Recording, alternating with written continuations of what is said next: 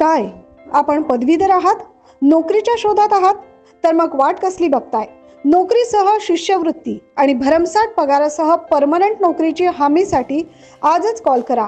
Govinda's HR services. संपर्क गोविंद बोरसे, शैला बंड, 837897 5035.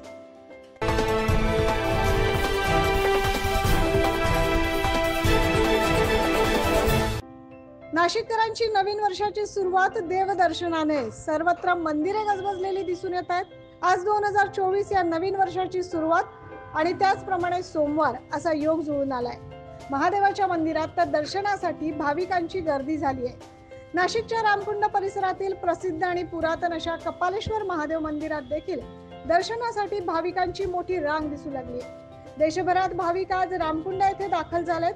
परिसरातील विविध मंदिरे भाविकांच्या गर्दीने गजबजून गेली आहे. यातच कपालेश्वर महादेव मंदिर हे 700 ते 800 वर्ष पुरातन आहे. त्याचे वैशिष्ट्य म्हणजे महादेवाच्या समोर नंदी नसलेलं हे एकमेव मंदिर. यामुळे विविध ठिकाणाहून भाविक या मंदिरात दर्शनासाठी येत असतात. आज नवीन वर्षाच्या सुरुवातीला देखील भाविकांची मोठी गर्दी दिसून आली.